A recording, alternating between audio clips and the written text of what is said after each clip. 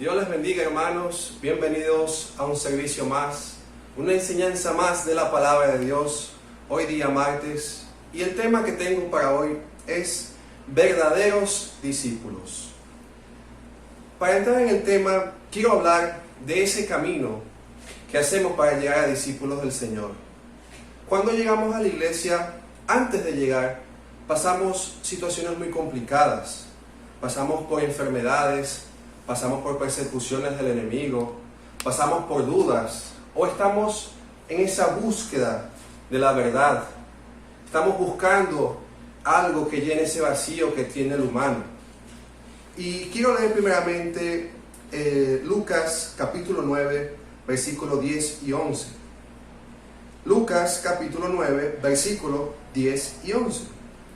Y dice así: vueltos los apóstoles, le contaron todo lo que habían, y tomándolos, se retiró aparte y a un lugar desierto de la ciudad llamado Betsaida. Y cuando la gente lo supo, le siguió, y él les recibió, y les hablaba del reino de Dios, y sanaba a los que necesitaban ser curados. Este versículo es un vivo ejemplo de lo que es el reino de Dios. Estas personas, cuando siguieron a Jesús, Jesús hizo tres cosas. Número 1, los recibirlos. Número 2, les enseñó. Y número 3, los sanó, nos dice el versículo, y sanaba a los que necesitaban ser curados. Cuando nosotros llegamos a la iglesia, llegábamos igual, con esa necesidad de ser sanados, de buscar la verdad, de no saber qué hacer con nuestras vidas. Y cuando llegamos, el reino de Dios nos recibe con estas tres cosas. Nos recibe, nos acepta, número 1. 2, nos enseña cuál es el camino, nos enseña de la palabra, y su poder llega a nuestras vidas por milagros, por sanidades. Entonces, este versículo nos enseña estos tres pasos de lo que es el reino de Dios: aceptación, 2, aprendizaje, y 3, su poder en nuestra vida. El día de hoy yo quiero enfocarme en el punto número 2. Los otros dos puntos son muy importantes, pero el día de hoy quiero enfocarme en el 2, que es el aprendizaje. Y es que en el reino de Dios debemos estar constantemente aprendiendo y estudiando su palabra, porque esta es la forma en la que podemos permanecer en Dios. Y al permanecer en Dios y en su palabra, vamos a ser sus discípulos. Al estudiar constantemente su palabra, seremos sus discípulos. En el mundo hablamos mucho de la carrera de la medicina, que es una carrera que requiere constante estudio y requiere que los que la han estudiado actualicen sus conocimientos sobre ella. Así sucede en el mundo cristiano con la palabra de Dios. No podemos leer la Biblia nada más una vez en nuestra vida o 2 veces en nuestra vida. Debe ser una lectura constante, porque todos los días se descubren cosas nuevas en la palabra de Dios. Todos los días Dios nos habla a través de su palabra cosas nuevas que necesitamos para nuestras vidas, porque cada día nos despertamos con una nueva visión y con una nueva motivación a seguir en el reino de Dios. Pero enfocándonos más en el tema de ser discípulos, quiero leer el libro de Juan, capítulo 8, versículos 31 y 32. Este va a ser el versículo central de esta enseñanza. Juan capítulo 8, versículos 31 y 32. Y dice así: dijo entonces Jesús a los judíos que habían creído en él: si vosotros permaneciereis en mi palabra, seréis verdaderamente mis discípulos. 32 dice: y conoceréis la verdad, y la verdad os hará libres. Muchas veces leemos estos dos versículos y el cristiano suele enfocarse nada más en el 32 y suelen repetirlo por repetirlo: y conoceréis la verdad, y la verdad os hará libre. Y sabemos que Jesucristo es la verdad y sabemos que Él nos puede hacer libre. Pero hay algo muy importante en el versículo 31 que muchas veces no prestamos atención, y es que Jesús dice: si vosotros permaneciereis en mi palabra, seréis verdaderamente mis discípulos. ¿Y qué querrá decir Jesús con ser verdaderamente mis discípulos? Con esto podemos entender que Jesús decía que Entonces hay discípulos verdaderos y hay discípulos que no lo son tan verdaderos, más o menos discípulos. Hay discípulos que viven la palabra, que la practican, pero hay otros discípulos que nada más la escuchan y no la ponen en práctica. Y en estos dos versículos podemos ver tres tipos de personas. Normalmente en el mundo cristiano estamos acostumbrados a escuchar que hay dos tipos de personas nada más: los creyentes y los no creyentes. Pero según este pasaje podemos ver que hay tres tipos de personas.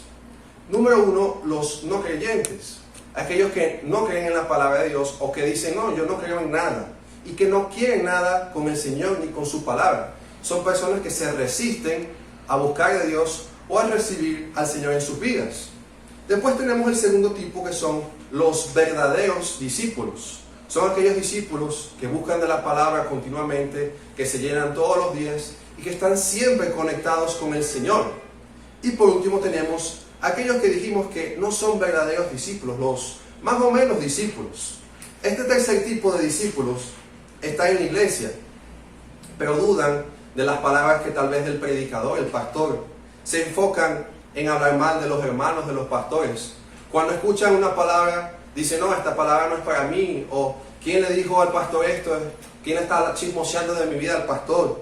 O se enfocan en ver lo que está haciendo el hermano: no, eso es para el hermano de allá, que él sí está pecando, él está haciendo las cosas mal. O muchas veces también estos discípulos falsos son aquellos que se enfocan en arrastrar a los hermanos que no estén tan firmes al mundo o a cosas del mundo o a cosas que los desvíen de los caminos de Dios. Permanecer en Dios es estar confiado en Él en cualquier situación, es no alejarnos de Él, ni por un desierto ni por una tribulación. Un discípulo verdadero sabe que está sobre la roca, sabe que está en Jesús y sabe que puede venir lo que venga, que nada lo va a mover de ahí. Sabe que ninguna tribulación, que ningún problema, que ninguna enfermedad va a ser motivo para que Él se aleje y Él suelte la roca que es Cristo Jesús. Pero ¿por qué Jesús dijo esto? ¿Por qué Jesús dijo: si vosotros permanecéis en mi palabra, seréis verdaderamente mis discípulos? Si leemos el contexto del versículo, estas personas se habían acercado a Jesús. Y nos dice el capítulo 31 al inicio: dijo entonces Jesús, estaba hablando Jesús a los judíos que habían creído en Él. Esto nos da a entender que había también un grupo de judíos que no había creído en Él.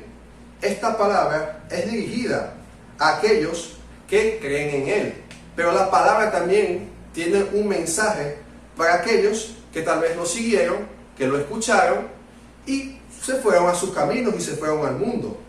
Por eso es muy importante enfocarnos en estos tres tipos de personas y ver en cuál estamos nosotros.